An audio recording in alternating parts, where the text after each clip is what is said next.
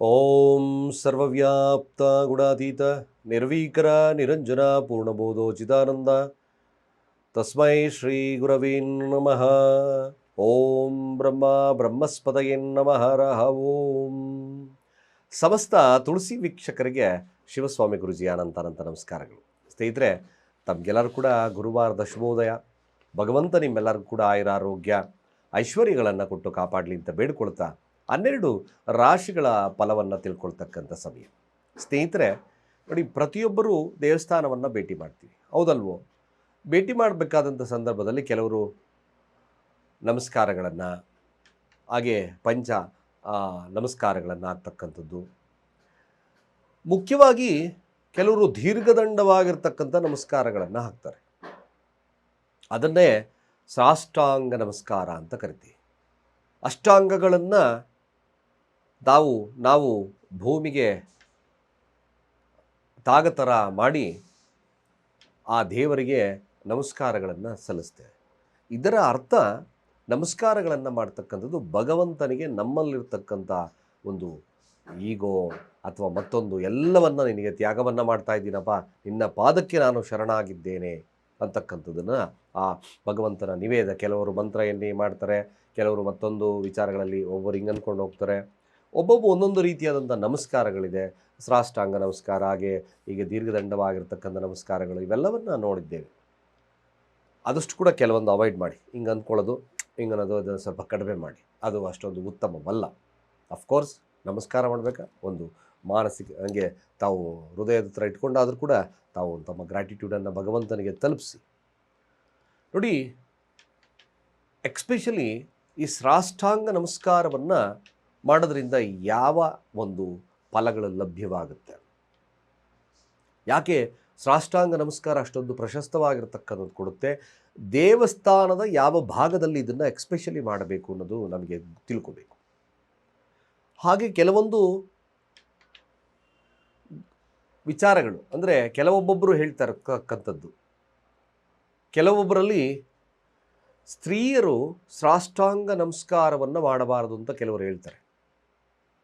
ಈ ಮಾಡಿದ್ರೆ ಏನಾಗ್ತದೆ, ಯಾಕೆ ಮಾಡಬಾರ್ದು, ಪರ್ಟಿಕ್ಯುಲರ್ ರೀಸನ್ ಬೇಕು, ವೈಜ್ಞಾನಿಕವಾಗಿರ್ತಕ್ಕಂಥ ರೀಸನ್ ಬೇಕು. ಅದನ್ನು ಕೊನೆಯ ಭಾಗದಲ್ಲಿ ತಿಳಿಸ್ತೀನಿ. ನಾವು ನಮಸ್ಕಾರ ಮಾಡ್ತಕ್ಕಂಥದ್ದು ಗುರು ಹಿರಿಯರಿಗೆ ನಮಸ್ಕಾರ ಮಾಡ್ತೀವಿ, ಎಲ್ಲರಿಗೂ ಮಾಡ್ತೀವಿ. ಬಟ್ ದೀರ್ಘದಂಡ, ಅದನ್ನೇ ಸಾಷ್ಟಾಂಗ, ಅಷ್ಟಾಂಗಗಳು ಅಷ್ಟೇ. ಸಾಷ್ಟಾಂಗ ಅಂದರೆ ಅಷ್ಟಾಂಗಗಳನ್ನು ನಾವು ಭಗವಂತನಿಗೆ ಅರ್ಪಣೆಯನ್ನು ಮಾಡ್ತಕ್ಕಂಥದ್ದು. ನಮಸ್ಕಾರ ಮಾಡಬೇಕಾದ್ರೆ ಹೇಗೆ ತಿಳಿಸ್ಕೊಡ್ತೀನಿ, ಕೊನೆಯ ಭಾಗದವರೆಗೂ ನೋಡಿ. ಫಸ್ಟು ಈ ದಿನ ಪಂಚಾಂಗ ಶ್ರವಣ, ತದನಂತರ 12 ರಾಶಿಗಳ ಫಲಾನುಫಲಗಳನ್ನು ತಿಳ್ಕೊಳ್ಳೋಣ. ಗುರುವಾರ ಈ ದಿನ ಅಷ್ಟಮಿ ತಿಥಿ ಇರ್ತಕ್ಕಂಥದ್ದು, ಕೃಷ್ಣಪಕ್ಷ, ಗಂಡ ಯೋಗ, ತೈತುಲ ಹಾಗೆ ಗರಜಕರಣ ಇರ್ತಕ್ಕಂಥ ಸಮಯ. ಚಂದ್ರ ಭರಣಿ ನಕ್ಷತ್ರದಲ್ಲಿ ಸಂಚಾರವನ್ನು ಮಾಡ್ತಾ ಇದ್ದಾನೆ. ಇವತ್ತಿನ ಕಾಲಮಾನವನ್ನು ನೋಡೋದಾದರೆ, ರಾಹುಕಾಲ ಮಧ್ಯಾಹ್ನ 2 ಗಂಟೆ 12 ನಿಮಿಷದಿಂದ 3 ಗಂಟೆ 51 ನಿಮಿಷದವರೆಗೆ. ಹಾಗೆ ಯಮಗಂಡ ಕಾಲ ಬೆಳಗ್ಗೆ 5 ಗಂಟೆ 58 ನಿಮಿಷದಿಂದ 7 ಗಂಟೆ 37 ನಿಮಿಷದವರೆಗೆ. ಹಾಗೆ ಗುಳಿಕ ಕಾಲವನ್ನು ವೀಕ್ಷಣೆ ಮಾಡೋದಾದರೆ, ಇದು ಸಹಿತವಾಗಿ ಬೆಳಗ್ಗೆ 9 ಗಂಟೆ 16 ನಿಮಿಷದಿಂದ 10 ಗಂಟೆ 54 ನಿಮಿಷದವರೆಗೆ. ಹಾಗೆ ದುಷ್ಟ ಮುಹೂರ್ತ ಭಾಗವನ್ನು ನೋಡಬೇಕಾದ್ರೆ, ದುಷ್ಟ ಮುಹೂರ್ತ ಇರತಕ್ಕಂಥದ್ದು ಸಹಿತವಾಗಿ ಬೆಳಗ್ಗೆ 10 ಗಂಟೆ 12 ನಿಮಿಷದಿಂದ 11 ಗಂಟೆ 6 ನಿಮಿಷದವರೆಗೆ. ಹಾಗೆ ಕಂಟಕ ಮೃತ್ಯುದೋಷ ಇರತಕ್ಕಂಥದ್ದು ಮಧ್ಯಾಹ್ನ 3 ಗಂಟೆ 34 ನಿಮಿಷದಿಂದ 4 ಗಂಟೆ 27 ನಿಮಿಷದವರೆಗೆ.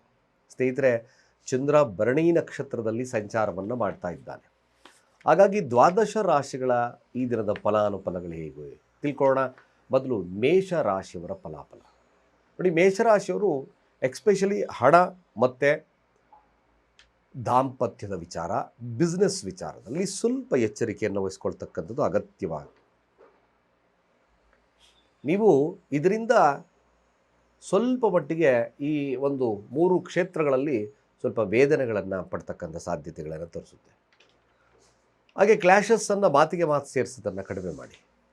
ಹಾಗೆ ಆರೋಗ್ಯ ಭಾಳ ಮುಖ್ಯವಾಗಿ ನೋಡ್ಕೋಬೇಕು ಮೇಷರಾಶಿಯವರು ಇವ್ರ. ಯಾವುದೇ ಆದಂಥ ತುಂಬ ಅಡಿಕ್ಷನ್ ಪ್ರಿಯರಾಗಬೇಡಿ, ಇದು ಭಾಳ ಮುಖ್ಯವಾಗಿ ನೋಡ್ಕೊಳ್ಳಿ. ಅಡಿಕ್ಟಿವ್ ನೇಚರ್ ಸ್ವಲ್ಪ ನಿಮಗೆ ಸಮಸ್ಯೆಯನ್ನು ತಂದುಕೊಡುತ್ತೆ. ವಿದ್ಯಾರ್ಥಿ ವರ್ಗದವರಿಗೆ ಅಷ್ಟು ಉತ್ತಮತೆ ಇಲ್ಲ.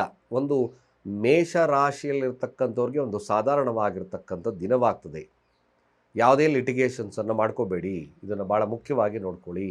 ದುರ್ಗಾ ದೇವತೆಯ ಆರಾಧನೆ ಅಥವಾ ಓಂ ಶ್ರೀಂ ನಮಃ ಮಂತ್ರವನ್ನು ಪಠಣೆ ಮಾಡಿ, ಸ್ವಲ್ಪ ಶುಭವಾಗ್ತದೆ. ವೃಷಭ ರಾಶಿಯವರ ಫಲಾಫಲ ಹೇಗಿರುತ್ತೆ? ಸೊ ವೃಷಭ ರಾಶಿಯವರಿಗೆ ಇಂಪಾರ್ಟೆಂಟ್ ಆಗಿರ್ತಕ್ಕಂಥ ವಿಚಾರ ನಿಮ್ಮ ಕೆಲಸ, ಹಾಗೆ ವ್ಯಾವಹಾರಿಕವಾಗಿರ್ತಕ್ಕಂಥ ವಿಚಾರಗಳಲ್ಲಿ ಎಚ್ಚರ. ಇದು ಭಾಳ ಮುಖ್ಯವಾಗಿ ನೋಡ್ಕೊಳ್ಳಿ. ಕೆಲಸದಲ್ಲಿ ಸ್ವಲ್ಪ ಮಟ್ಟಿಗೆ ಫ್ಲಕ್ಚುಯೇಟ್ ಆಗ್ತಕ್ಕಂಥದ್ದು ಇರುತ್ತೆ. ಭಯದ ವಾತಾವರಣ ಕೆಲಸದಲ್ಲಿರುತ್ತೆ. ಅಯ್ಯೋ ಕೆಲಸ ಹೋಗ್ಬಿಡುತ್ತೇನಪ್ಪ ಅಂತಕ್ಕಂಥದ್ದು ವೃಷಭ ರಾಶಿಯವರಿಗೆ ಕಾಣುತ್ತೆ. ಹಾಗೆ ಬಿವೇರ್ ಆಫ್ ದ ಫ್ರೆಂಡ್ಸರು ಕೂಡ, ಸ್ನೇಹಿತರು ಕೂಡ ನಿಮಗೆ ಮೋಸ ಮಾಡ್ತಕ್ಕಂಥ ಸಾಧ್ಯತೆಗಳಿರುತ್ತೆ. ಈ ಟ್ರೇಡಿಂಗು ಮತ್ತೊಂದು ವಿಚಾರದಲ್ಲಿ ಏನಾದರೂ ಇದ್ದರೆ ಸ್ವಲ್ಪ ನಷ್ಟ ಜಾಸ್ತಿ ತೋರಿಸೋದ್ರಿಂದ ಸ್ವಲ್ಪ ಎಚ್ಚರ. ಯಾರು ವೃಷಭ ರಾಶಿಯಲ್ಲಿದ್ದರೋ ಅನ್ನೆಸೆಸರಿಯಾಗಿ ದಾಂಪತ್ಯದಲ್ಲೂ ಕೂಡ ಸಮಸ್ಯೆಗಳನ್ನು ಮಾಡ್ಕೋಬೇಡಿ. ಆದಷ್ಟು ಶಾಂತಚಿತ್ತರಿಂದ ಹೋಗಿ. ನಾನು ಅಂತಕ್ಕಂಥದ್ದನ್ನು ಸ್ವಲ್ಪ ಕಡಿಮೆ ಮಾಡಬೇಕು ವೃಷಭ ರಾಶಿಯವರು ಈ ದಿನ, ಇಲ್ಲಾಂದರೆ ಸ್ವಲ್ಪ ಸಮಸ್ಯೆದಾಯಕವಾಗ್ತಕ್ಕಂಥದ್ದಿರುತ್ತೆ. ನೀವು ಕೂಡ ದುರ್ಗಾದೇವತೆಯ ಆರಾಧನೆ ಸ್ವಲ್ಪ ಶುಭದಾಯಕವಾಗ್ತದೆ. ಮಿಥುನ ರಾಶಿಯವರ ಫಲಾಫಲ ಹೇಗೆ ನೋಡಿ. ತನ್ನ ಮೇಲೆ ತನಗೆ ಅರಿವು ಇರಲ್ಲ ಅಂತಾರಲ್ಲ, ಅದೇ ಥರ ಇರ್ತಕ್ಕಂಥದ್ದಿರುತ್ತೆ. ಈ ಅರಿವನ್ನು ಬೆಳೆಸ್ಕೋಬೇಕು ಅವರು. ಜ್ಞಾನದಲ್ಲಿ ಶುಕ್ರನಿದ್ದಾನೆ, ಜ್ಞಾನ ನೀಚನಾಗಿದ್ದಾನೆ. ಸೊ ವಾಟ್ ಈಸ್ ರೈಟ್, ನಾನು ಮಾಡ್ತಕ್ಕಂಥ ಕಾರ್ಯ ಸರಿ ಇದೆಯಾ, ಇದನ್ನು ನೋಡ್ಕೋಬೇಕು ಮಿಥುನ ರಾಶಿ. ಏನೀಗ ಒಂದು ಮನೆ ನಿರ್ಮಾಣ ಮಾಡ್ತಿದ್ರೋ ಅಥವಾ ಕಾರ್ ತಗೊಳ್ತಿದ್ರೋ ಅಥವಾ ಮತ್ತೊಂದು ಯಾವುದೋ ವಿಚಾರದಲ್ಲಿ, so what is my efficiency, ಇದನ್ನು ನೋಡ್ಕೋಬೇಕಾಗುತ್ತೆ. ಸೊ ಮಿಥುನ ರಾಶಿ ಈ ವಿಚಾರದಲ್ಲಿ ಸ್ವಲ್ಪ ಕೂಲಂಕುಷವಾಗಿ ಆಲೋಚಿಸಿ ತಗೊಳ್ತಕ್ಕಂಥ ನಿರ್ಧಾರಗಳು ಮಾತ್ರ ಶುಭವನ್ನು ಕೊಡುತ್ತೆ. ಸೊ ಮಿಥುನ ರಾಶಿ ವಿದ್ಯಾರ್ಥಿ ವರ್ಗದವರಿಗೆ ಒಂದು ಸಾಧಾರಣವಾಗಿರ್ತಕ್ಕಂಥ ಫಲವಿದೆ. ವ್ಯವಹಾರಸ್ಥರಿಗೆ ಅಷ್ಟು ಉತ್ತಮವಿಲ್ಲ. ಸೊ ಚಿಂತನೆಗಳು, ಹಲವಾರು ಚಿಂತನೆಗಳಿಂದ ನಿಮ್ಮ ಡ್ರೆಸ್ ಸೆನ್ಸೇ ಮರೆತು ಬಿಡ್ತೀರ. ಏನೋ ಒಂದು ಹಾಕೊಂಡು ಹೋಗೋಣ ಬೇಡಪ್ಪ ಅಂತಕ್ಕಂಥ ಮನೋಭಾವತೆ ಜಾಸ್ತಿ ಬರುತ್ತೆ. ಸಾಧ್ಯವಾದಷ್ಟು ತುಪ್ಪದ ದೀಪವನ್ನು ಇವತ್ತು ಬೆಳಗಿಸಿ ಶುಕ್ರನ ಮಂತ್ರಗಳನ್ನು ಓಂ ಶುಂ ಶುಕ್ರಾಯ ನಮಃ ಸುಗಂಧ ದ್ರವ್ಯ ಲೇಪನ ಅವಶ್ಯಕವಾಗಿ ಮಾಡಿ, ಒಳ್ಳೆಯದಾಗುತ್ತೆ ಕೂಡ. ಹಾಗೆ ಕಟಕ ರಾಶಿ ನೋಡಿ, ಕಟಕ ರಾಶಿಯವ್ರಿಗೆ ಹೆಚ್ಚು ಪ್ರಯತ್ನವನ್ನು ಹಾಕ್ತೀರಾ, ಆದರೆ ಸಣ್ಣ ಕೆಲಸವಾಗ್ತಕ್ಕಂಥದ್ದಿರುತ್ತೆ. ಅಯ್ಯೋ ಅಷ್ಟೊಂದು ಕೆಲಸ ಮಾಡಿ ಇಷ್ಟೇ ಆಯ್ತಲ್ಲಪ್ಪ ಅಂತಕ್ಕಂಥದ್ದು ಕೂಡ ನಾವು ನೋಡ್ಬೋದು. ಸೊ ಕಟಕ ರಾಶಿ ಏನು ಈ ವೆಹಿಕಲ್ ಡಿಪಾರ್ಟ್ಮೆಂಟು ಅಥವಾ ಏನು ಸೇಲ್ಸ್ ಮತ್ತೊಂದು ಎಲ್ಲಿದ್ದೀರೋ ವೆಹಿಕಲ್ನಲ್ಲಿ ಸ್ವಲ್ಪ ಸೇಲ್ಸ್ ಕಡಿಮೆ ಆಗ್ತಕ್ಕಂಥದ್ದು ತೋರಿಸುತ್ತೆ. ಯಾಕೋ ಕಡಿಮೆ ಆಯಿತು ಅಂತಕ್ಕಂಥ ಮನೋಭಾವತೆ ಕೂಡ ಬರುತ್ತೆ. ಲಾಭದ ಕೆಲವೊಂದು ಕೊರತೆಗಳು ಉತ್ಪನ್ನ ಆಗುತ್ತೆ. ವಿದ್ಯಾರ್ಥಿಗಳಿಗೆ ಕಟಕ ರಾಶಿಯಲ್ಲಿರ್ತಕ್ಕಂಥವ್ರಿಗೆ ಹಿನ್ನಡೆದಾಯಕವಾಗಿರ್ತಕ್ಕಂಥಿರುತ್ತೆ. ಚಂದ್ರನ ಸ್ಥಾನ ಶುಭವಿದೆ. ಸೊ ಆದಷ್ಟು ದುರ್ಗಾದೇವತೆ ಆರಾಧನೆ ನಿಮಗೂ ಶುಭ ಕಾಲವನ್ನು ತರುತ್ತೆ. ಹಣಕಾಸು ವಹಿವಾಟುಗಳು ಒಂದು ಸಾಧಾರಣವಾಗಿ ನಡೀತದೆ. ಸಿಂಹರಾಶಿಯ ಫಲಾಫಲ ಹೇಗಿರುತ್ತೆ? ಕುಟುಂಬದ ಬಗ್ಗೆ ಕಾಳಜಿಯನ್ನು ವಹಿಸೋದಿಲ್ಲ. ಬಿಡ ನೋಡೋಣ ಏನಾಗುತ್ತೆ, ಸುಮ್ಮನೆ ಯಾವಾಗಲೂ ನಾವು ಅದರ ಇನ್ವಾಲ್ವ್ಮೆಂಟು ಮತ್ತೊಂದು ಎಲ್ಲ ನೋಡ್ತಿರ್ತೀವಿ. ಸೊ ಕೆಲಸದಲ್ಲೂ ಕೂಡ ಒತ್ತಡ ಇರುತ್ತೆ. ಹಣಕಾಸು ವಹಿವಾಟುಗಳು ಸ್ವಲ್ಪ ಮಟ್ಟಿಗೆ ಅಷ್ಟು ಉತ್ತಮತೆ ಸಿಂಹರಾಶಿಯವ್ರಿಗೆ ಬರೋದಿಲ್ಲ. ನೆಗ್ಲಿಜಿಯನ್ಸಿ ಜಾಸ್ತಿ ಮಾಡಿಬಿಡ್ತೀರಾ. ಇದರಿಂದ ಸ್ವಲ್ಪ ಸಮಸ್ಯೆದಾಯಕವಾಗ್ತಕ್ಕಂಥದ್ದು ಇರ್ತದೆ.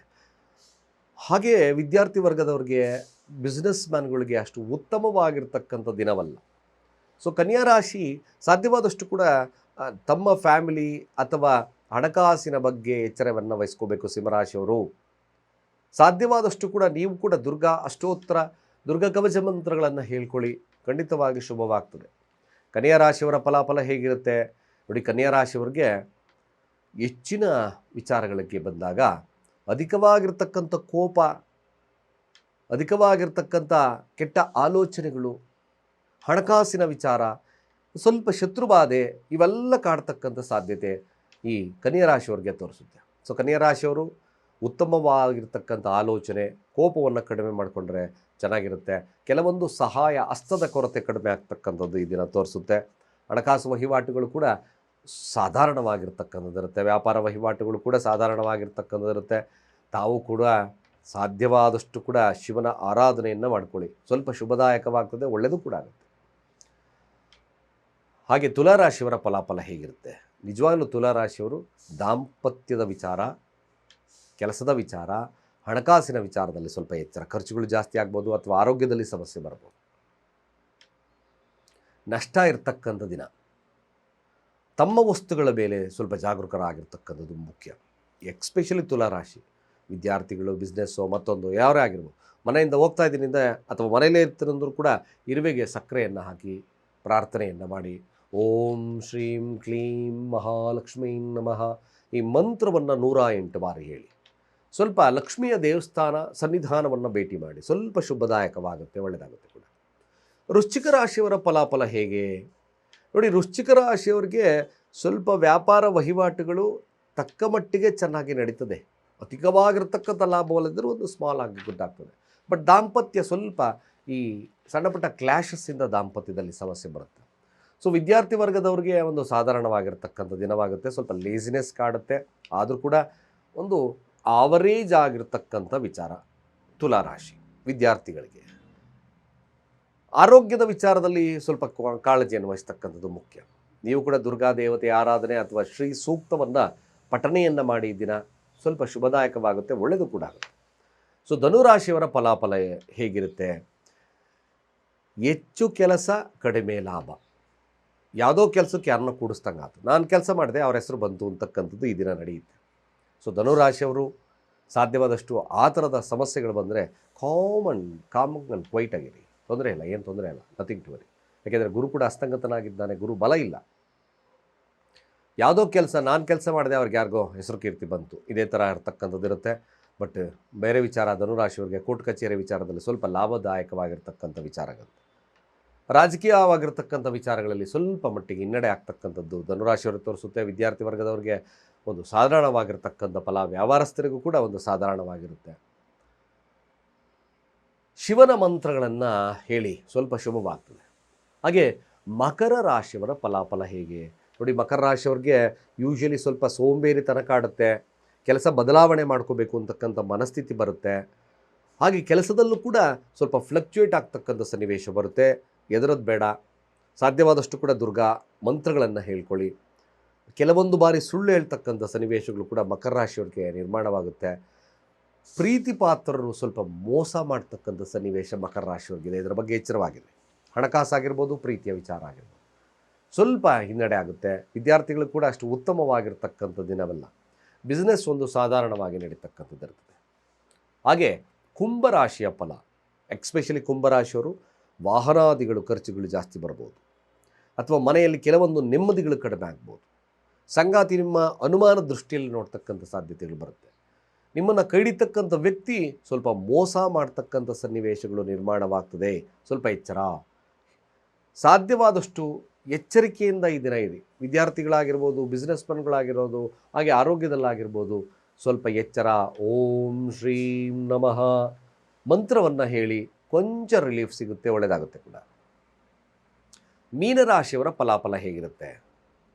ಸೊ ಮೀನರಾಶಿಯವರ ಫಲವನ್ನು ನೋಡಿದಾಗ ಸಾಧ್ಯವಾದಷ್ಟು ಮೀನರಾಶಿಯವರು ಈ ಮದುವೆ ವಿಚಾರಗಳಲ್ಲಿ ಇನ್ಕ್ಲೂಡ್ ಆಗಿರ್ತಕ್ಕಂಥದ್ದು, ಹಾಗೆ ಈ ಬಿಸ್ನೆಸ್ ವಿಚಾರಗಳಲ್ಲಿ ಇನ್ಕ್ಲೂಡ್ ಆಗಿರ್ತಕ್ಕಂಥ ಸಾಧ್ಯತೆ ಇರುತ್ತೆ. ಹಣಕಾಸು ವಹಿವಾಟುಗಳ ಮೇಲೆ ಕಾಳಜಿಯನ್ನು ವಹಿಸ್ತೀರಾ. ಏನು ಕೆಟ್ಟ ಮೇಲೆ ದೀಪ ಉರಿತು ಅಂತಕ್ಕಂಥ ಒಂದು ಸ್ಥಿತಿಗತಿಗಳ ನಿರ್ಮಾಣವಾಗುತ್ತೆ. ಮಧ್ಯಾಹ್ನವರೆಗೂ ಈ ಥರದ್ದೆಲ್ಲ ಆಲೋಚನೆಗಳಿರಲ್ಲ, ಮಧ್ಯಾಹ್ನದ ಮೇಲೆ ಈ ಥರದ ಆಲೋಚನೆಗಳೆಲ್ಲ ಬಂದ್ಬಿಡುತ್ತೆ. ಸೊ ಮೀನರಾಶಿ ಕೂಡ ಸಾಧ್ಯವಾದಷ್ಟು ಕೂಡ ದುರ್ಗಾ ದೇವತೆ ಆರಾಧನೆಯಿಂದ ಶುಭವು ಅಭಿವೃದ್ಧಿ ಆಗುತ್ತೆ. ಸ್ವಲ್ಪ ತುಪ್ಪದ ದೀಪವನ್ನು ಆಫೀಸ್, ಮನೆ, ಕಚೇರಿ ಅಥವಾ ಬಿಸ್ನೆಸ್ ಮನೆಯಲ್ಲಿ ಯಾವುದಾದ್ರೂ ಎಲ್ಲಾದರೂ ಆಗಿರ್ಬೋದು, ತುಪ್ಪದ ದೀಪವನ್ನು ಉರಿಸಿ ಸ್ವಲ್ಪ ಶುಭದಾಯಕವಾಗುತ್ತೆ. ಇಷ್ಟು ದ್ವಾದಶ ರಾಶಿಗಳ ಈ ದಿನದ ಫಲಾಫಲ. ನಾವು ದೇವಸ್ಥಾನಕ್ಕೆ ಹೋದಾಗ ಒಂದೊಂದು ಬಗೆಯ ನಮಸ್ಕಾರಗಳನ್ನು ಮಾಡ್ತೀವಿ, ನೀವು ನೋಡಿದ್ದೀರಾ, ಮಾಡ್ತೀವಿ ಕೂಡ. ಈ ಸಾಷ್ಟಾಂಗ ನಮಸ್ಕಾರಗಳನ್ನು ಹಾಕೋದ್ರಿಂದ ನೋಡಿ, ಸಾಷ್ಟಾಂಗ ಹಣೆ, ಎದೆ, 2 ಕೈಗಳು, 2 ತೊಡೆ ಅಥವಾ ಮೊಣಕಾಲುಗಳು, 2 ಕಾಲುಗಳು, ಬೆರಳುಗಳು, ಇದನ್ನು 8 ಅಂತ ಕರಿತೀವಿ. ಈ ಸಾಷ್ಟಾಂಗ ನಮಸ್ಕಾರವನ್ನು ಮಾಡ್ತಕ್ಕಂಥದ್ದು ನಿಮ್ಮ ಧ್ವಜಸ್ತಂಭ ಅಂದರೆ ಗರುಡಗಂಬ ಇರುತ್ತಲ್ಲ, ಅದರಿಂದ ಆಚೆ ಕಡೆ ಮಾಡಬೇಕು. ಆ ಗರುಡಗಂಬ ಮತ್ತು ದೇವಸ್ಥಾನದ ಮಧ್ಯದಲ್ಲಿ ಮಾಡಬಾರ್ದು ಅಂತ ಕೆಲವೊಂದು ಶಾಸ್ತ್ರಗಳು ಹೇಳುತ್ತೆ. ಸಾಧ್ಯವಾದಷ್ಟು ನೆಲಕ್ಕೆ ಇವೆಲ್ಲ ತಾಗಬೇಕು. ಆ ತಾಗದ್ರಿಂದ ನಿಮ್ಮ ಕರ್ಮಗಳು ಅಂದರೆ 8 ಥರದ ಸಮಸ್ಯೆಗಳು ದೂರವಾಗಿ ನಿಮಗೆ ಶುಭವಾಗ್ತಕ್ಕಂಥದ್ದು ಇರ್ತದೆ. ದೇವರ ಅನುಗ್ರಹ ನಿಮ್ಮ ಮೇಲೆ ಆಗ್ತದೆ. ಸ್ತ್ರೀಯರು ಯಾಕೆ ಈ ಸಾಷ್ಟಾಂಗ ನಮಸ್ಕಾರವನ್ನು ಮಾಡಬಾರ್ದು ಅದನ್ನು ಖಂಡಿತ ನೋಡಿ. ಕೊನೆಯ ಎಪಿಸೋಡಲ್ಲಿ ಇದರ ವಿಚಾರವಾಗಿ ನಾನು ಮಾತಾಡ್ತೀನಿ. ಯಾಕೆ ಸ್ತ್ರೀಯರು ಸಾಷ್ಟಾಂಗ ನಮಸ್ಕಾರ ಮಾಡಬಾರ್ದು ಅಂತಕ್ಕಂಥ ವಿಚಾರಗಳನ್ನು ನಾನು ತಿಳಿಸ್ಕೊಡ್ತೇನೆ. ಖಂಡಿತವಾಗಿ ಭಾಳ ವಿಶೇಷವಾಗಿರ್ತಕ್ಕಂಥ ವಿಚಾರಗಳಿಗೋಸ್ಕರ ತುಳಸೀಕರಣವನ್ನು ಫಾಲೋ ಅಪ್ ಮಾಡಿ.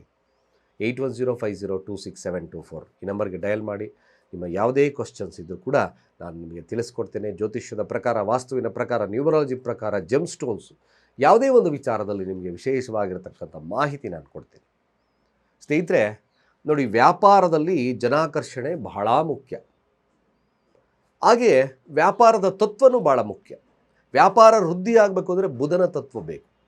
ಸೊ ಎಜುಕೇಷನ್ ಚೆನ್ನಾಗಿರಬೇಕು, ಅವನ ಬುದ್ಧಿಶಕ್ತಿ ಚೆನ್ನಾಗಿರಬೇಕು ಅಂದರೆ ಬುಧ ಈಸ್ ಮೋರ್ ಇಂಪಾರ್ಟೆಂಟ್. ಆ ಒಂದು ಕ್ರಿಸ್ಟಲನ್ನು ಆಡಳಿತ ಮಾಡ್ತಕ್ಕಂಥದ್ದು ನೋಡಿ ಈ ಗ್ರೀನ್ ಅವೆಂಚೂರ್. ಈ ಗ್ರೀನ್ ಅವೆಂಚೂರನ್ನು ಯಾರು ಧರಿಸ್ಕೊಳ್ತಾರೋ ಯೂಶ್ವಲಿ ಬಿಸ್ನೆಸ್ ಟ್ಯಾಕ್ಟಿಕ್ಸ್ ಕೂಡ ಚೆನ್ನಾಗಿರುತ್ತೆ. ವಿದ್ಯಾರ್ಥಿಗಳಿಗೆ ಅವರ IQ ಪವರ್ ಕೂಡ ಚೆನ್ನಾಗಿರುತ್ತೆ. 7349287121 ನಮ್ಮ ಈ ಕೆಳಗಿನ ನಂಬರ್ಗೆ ಡಯಲ್ ಮಾಡಿ. ಯಾರಿಗೆ ಈ ಕೊರತೆ ಅಂದಿದೆಯೋ ಖಂಡಿತವಾಗಿ ಇದರ ಬುಧವಾರಗಳಂದು ಧಾರಣೆಯನ್ನು ಮಾಡ್ಕೊಳ್ಳಿ. ಓಂ ನಮೋ ಭಗವತೆ ವಾಸುದೇವಾಯ ಈ ಮಂತ್ರವನ್ನು ಹೇಳ್ತಾ ಬನ್ನಿ. ಖಂಡಿತವಾಗಿ 30-50% ಆಫ್ ನಿಮ್ಮ ರಿಸಲ್ಟ್ ಸಿಗುತ್ತೆ. ಖಂಡಿತವಾಗಿ ಶುಭವಾಗುತ್ತೆ ಅಂತ ಹೇಳ್ತಾ ಸರ್ವೇ ಜನ ಸುಖಿನೋ ಭವಂತು.